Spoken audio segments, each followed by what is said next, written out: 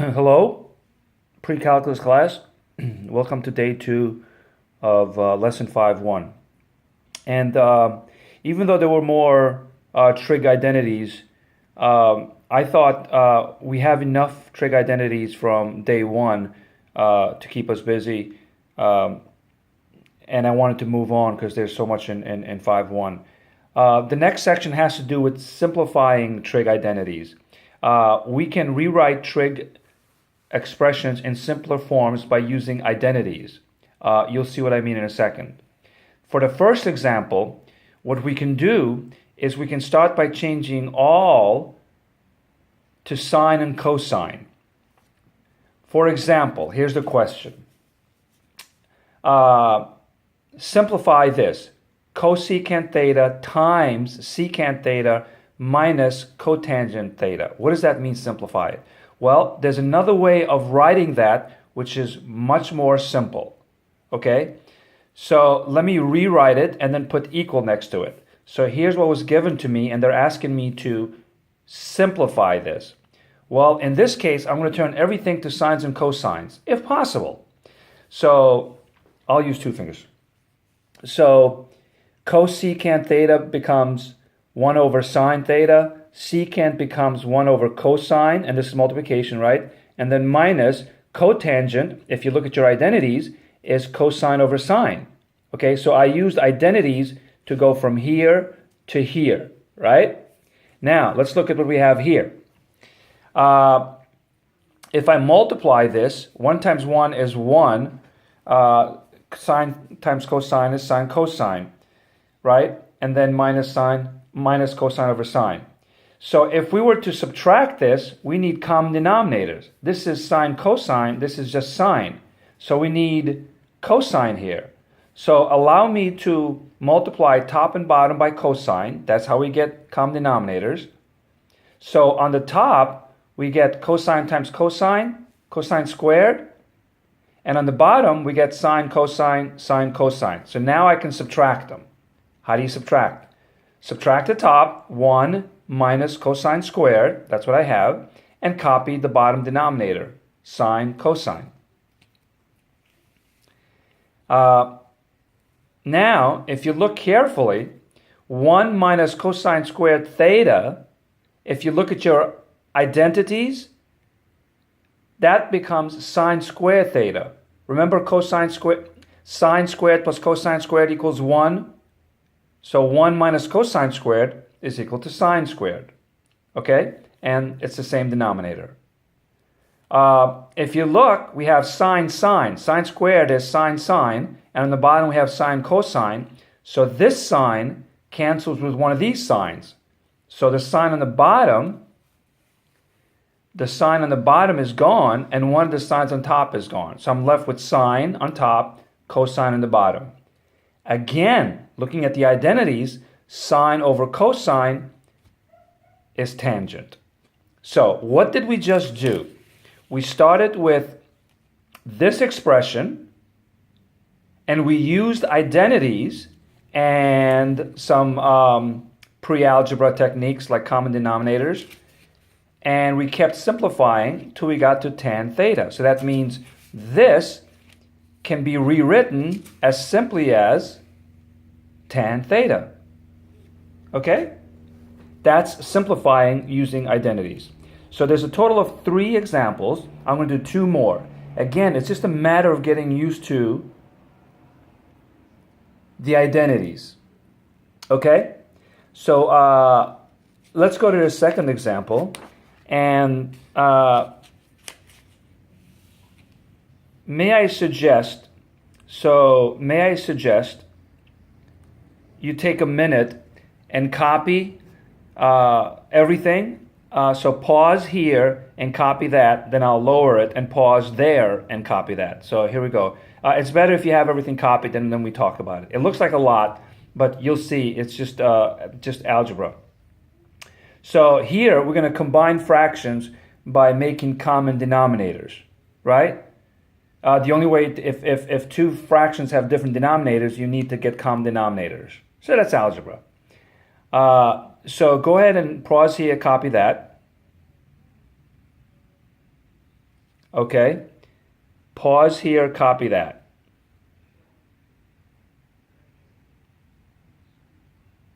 And there's just one more line at the bottom. Okay. Let's go back to the top and see what happened.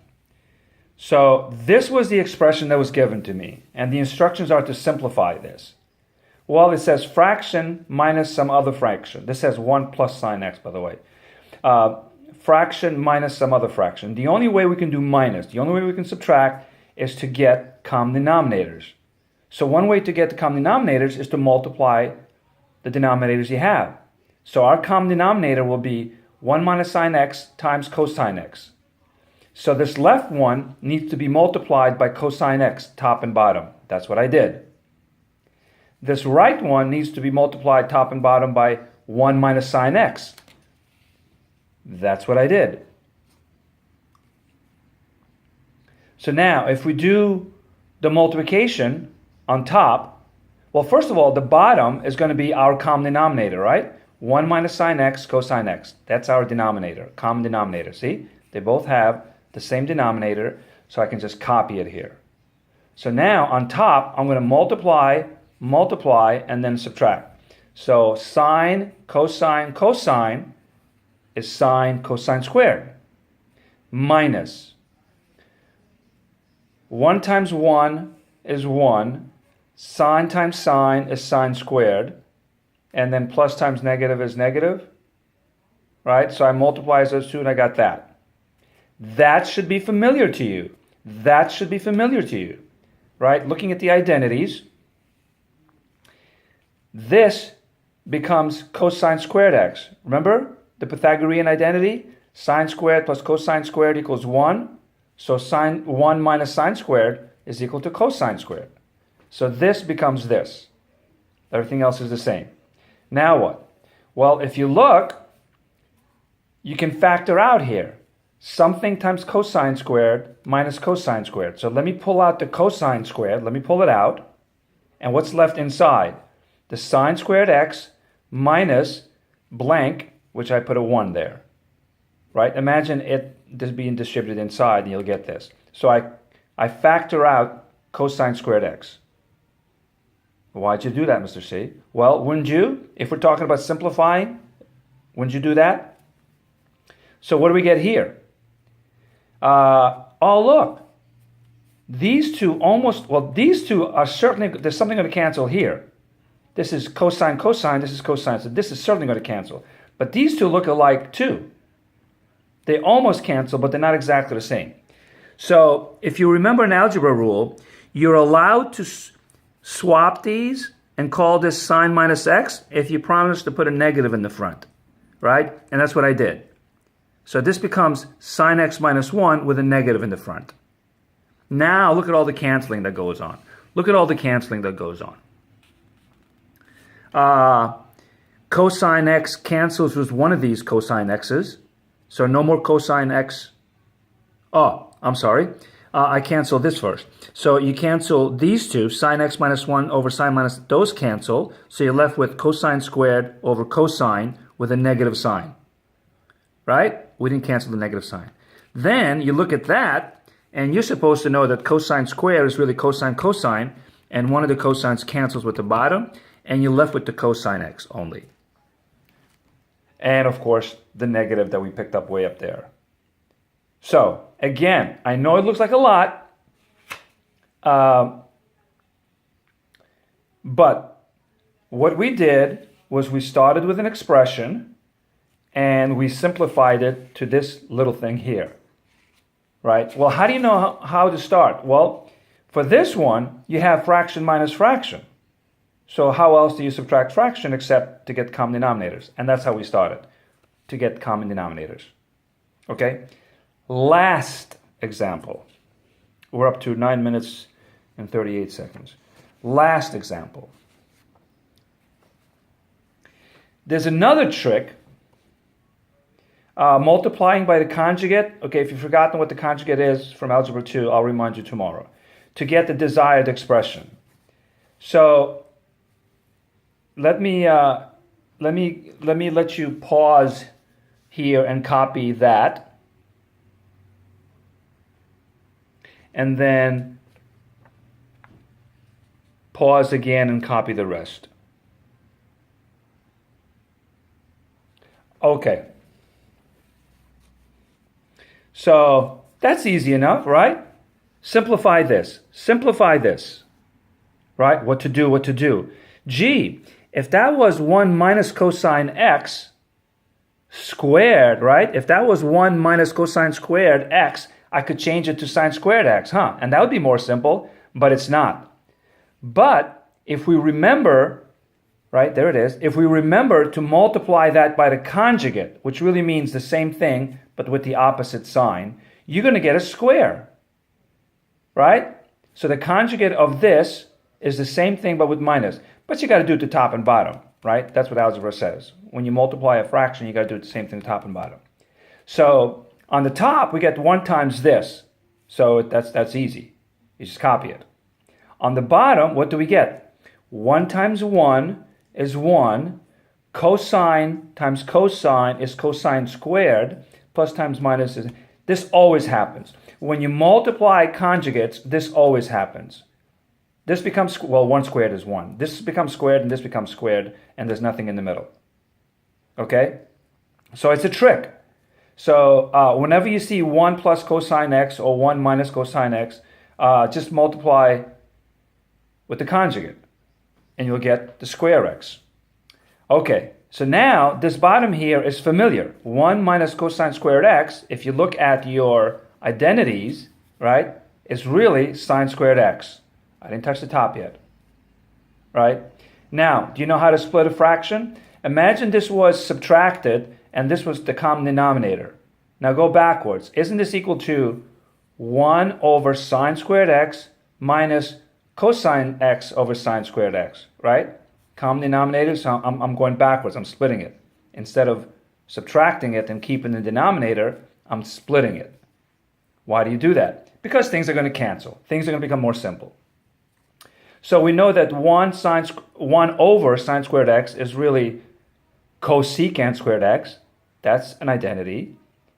And if you separate this, if you call this sine, right, cosine sine squared, if you call it cosine sine, then just this part here, cosine over sine, that's an identity, right? That's an identity. Cosine over sine is really cotangent.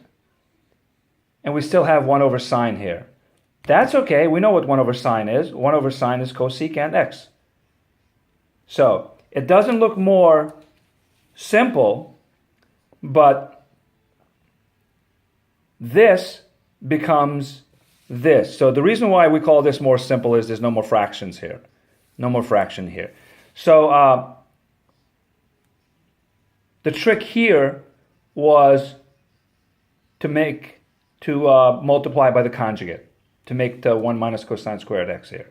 So really quick, let me go backwards. Example 2, example 1. Here, I had no fractions to deal with. So when you have no fractions to deal with, just change everything to sine cosine and things will happen. On the second example, we had 2 fractions being subtracted. Whenever you subtract fractions, you need common denominator, and that's what started us off here. On the third one, we only had 1 fraction. But since that kind of looks like 1 minus, you're supposed to remember that if I multiply by the conjugate, I'll get a 1 minus cosine squared x, and that's a trig identity. And that's what got us started, by multiplying by the conjugate. Okay, so ask lots of questions tomorrow. I know it seems like a lot, especially the second example was really long, but we'll try and find some easier ones and work through this together. Okay, so ask questions tomorrow. See you then. Under 15 minutes. That's pretty good. Good night.